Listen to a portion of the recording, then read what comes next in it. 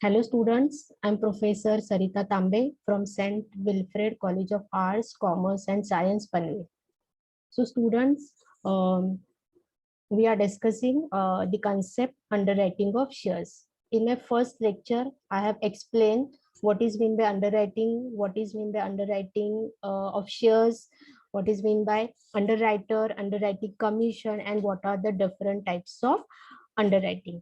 In today's lecture, we are going to discuss the important concept of underwriting, marked application and unmarked application. So let's see first, that is a marked application. So what is mean by marked application? Marked application, generally the forms are stamped with the name of underwriters in order to differentiate the forms of one underwriter from that of others. Such as stamped applications, when received, are called as a marked application. So as we know that when company issue the shares to the public with the prospectus, the public will give the application for purchasing or for the subscription of these shares, right? So जब company के पास applications आता है तो उस applications पे अगर underwriters का stamp है, right? So that applications are called as a marked application. Let's take an example. Company issue 50,000 shares. 50,000 की shares issue किए हैं, तो आउट ऑफ 50,000 40,000 शेयर्स के लिए कंपनी को एप्लीकेशन मिला है.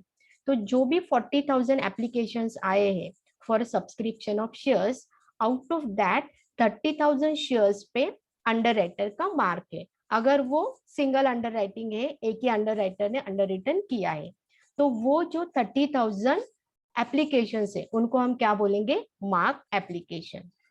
अगर एप्लीकेशन दो अंडर राइटर्स ने किया है, जैसे कि अंडर राइटर ए, अंडर राइटर बी, तो 50,000 शेयर्स इशू किए हैं, 40,000 एप्लीकेशन आए हैं, तो जो 20,000 एप्लीकेशन है उस पे ए अंडर राइटर का स्टैंप है एंड रिमेनिंग 20,000 पे बी अंडर राइटर का स्टैंप है. तो इस एप्लीकेशन को हम बोलेंगे mark application. So it's very simple. अगर एप्लीकेशन पे अंडर राइटर का स्टैंप है, देन दैट टाइप ऑफ, और वो जो एप्लीकेशन है उनको हम बोलेंगे mark application. Now let's see what is mean by then unmarked application. So it's simple. The application forms which are received by the company without any name of underwriter are called as a unmarked application. तो कुछ ऐसे भी application होगी जिस पर underwriter का नाम नहीं होगा या फिर किसी भी अंडरराइटर का स्टैंप नहीं होगा. इसका मतलब क्या है? Public directly invested or make an application to the company without approaching to any underwriter. तो ऑब्वियसली उस पर किसी भी अंडरराइटर का स्टैंप या नाम नहीं होगा. तो ये जो एप्लीकेशंस कंपनी को मिलते हैं, उन एप्लीकेशंस को हम क्या बोलेंगे? Unmarked application. Again understand with example. 50,000 shares issue किए हैं, आउट ऑफ दैट 40,000 एप्लीकेशन आए हैं. तो जो 40,000 एप्लीकेशन आए हैं उनमें से 30,000 मार्क्ड है. 30,000 मार्क्ड है यानी कि जो 30,000 एप्लीकेशन है उन एप्लीकेशन पे डिफरेंट अंडरराइटर्स के स्टैंप है. लेकिन जो रिमेनिंग है 40,000 माइनस 30,000 मार्क्स, और रिमेनिंग जो होते हैं वो क्या होते हैं? Unmarked application. So let's differentiate this to marked application and unmarked application. So unmarked application, उसको हम अगर सिंप्लीफाई करें, so marked application it means bear the stamp of the underwriter. Now यहाँ पे ध्यान देना है, benefit is given to particular underwriter in whose favour applications have been marked unmarked application. तो जिस अंडरराइटर का स्टैंप है उसका बेनिफिट उसी अंडरराइटर को देना है. सो जिस भी अंडरराइटर का स्टैंप है, सपोज ए अंडरराइटर के स्टैंप से, तो उतनी लायबिलिटी ए अंडरराइटर की कम होगी. जितने शेयर्स पे एप्लीकेशंस पे बी अंडरराइटर के स्टैंप पे, बी अंडरराइटर की लायबिलिटी उतनी कम होगी. तो जो भी बेनिफिट देना है मार्क्ड एप्लीकेशन का, वो उस रिस्पेक्टिव अंडरराइटर को देना है. So that is in case of a marked application. Now see in case of a unmarked application क्या ट्रीटमेंट हमें करना है. So unmarked application it means what? Do not bear the stamp of an underwriter. And unmarked applications are received directly from the public. तो यहाँ पे benefit देने का सवाल ही नहीं है, राइट ना। सो अनमार्क्ड एप्लीकेशन, इसका जो बेनिफिट है वो सारे अंडर राइटर को as per their gross liability क्या किया जाता है, डिवाइड किया जाता है। So these are the very very two important concept, that is a marked application and unmarked application. जब एप्लीकेशंस आते हैं तो पहले आपको डिवाइड करना होता है कि मार्क्ड एप्लीकेशन कितने हैं, अनमार्क्ड एप्लीकेशन कितने हैं।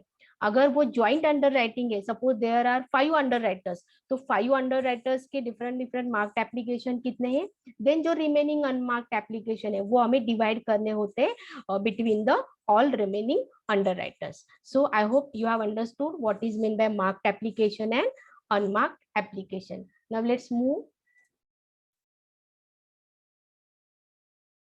Now see the accounting treatment of underwriting in the books of company. As we know that company is preparing the books of account, तो ये जो अंडर राइटिंग की सर्विसेज कंपनी ले रही है तो उसका कंपनी को अकाउंटिंग करना पड़ेगा। तो हम देखते हैं कि किस टाइप की जर्नल एंट्री कंपनी को अपने बुक्स ऑफ अकाउंट में क्या करनी होती है, पास करनी होती है। So what are the different accounting entry और journal entries company has to pass in the books of account of the company. So first जो जर्नल एंट्री होगी वो किसके लिए होगी, when company gets money from public for selling shares under the contract of underwriting. Yes, company पहले क्या करेगी, underwriting contract करेगी अंडरराइटर के साथ। Okay, it may be a full underwriting, it may be a joint, it may be a partial. So after that company अपना prospectus issue करेगी for the subscription of the shares. So after issuing the shares, definitely the public will give the application for the company.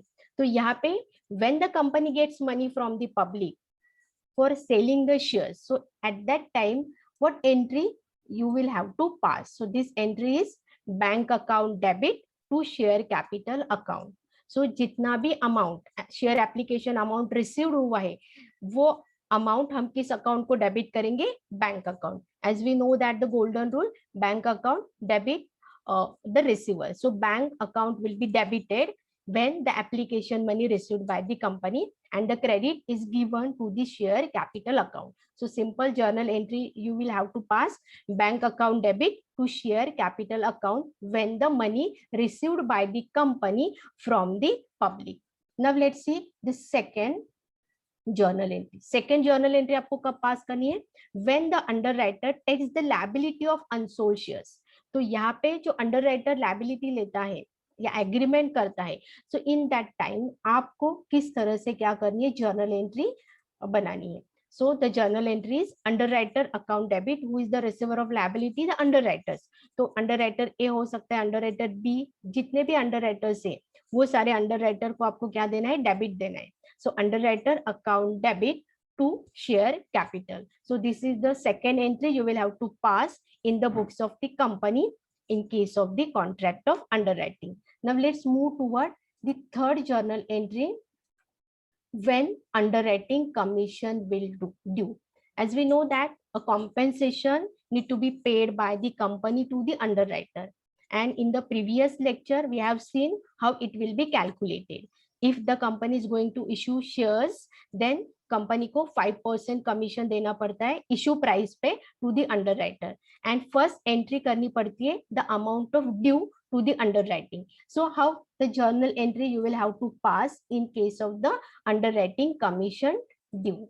So underwriters commission account debit to the underwriters account. तो यहाँ पे underwriting commission, इस underwriters का जो commission है उसको आपको debit देना है, एंड अंडरराइटर उसको आपको क्या देना है, क्रेडिट देना है।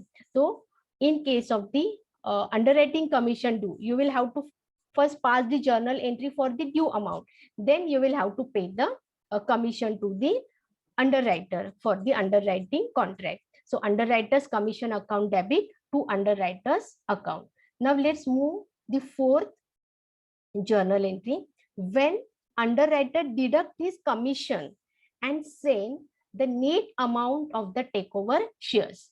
तो यहाँ पे अंडरराइटर क्या करेगा, जितनी भी उसकी नेट लायबिलिटी आई है उस नेट लायबिलिटी से वो अपना कमीशन डिडक्ट करेगा, और जो बैलेंस अमाउंट है वो किसको देगा, कंपनी को। तो इन दैट केस आपको किस तरह से जर्नल एंट्री पास करनी है, yes, bank account debit because we receive the remaining amount after deducting the commission, and you will have to give to the debit to the bank account. So bank account debit to the underwriters, because in this case the underwriter is the receiver, giver of the amount. So credit is given to the underwriter's account. So let's understand with the help of example. तो वही example में यहाँ पे आपको continue करती हूँ. जैसे कि 50,000 शेयर्स, जस्ट अ मिनट,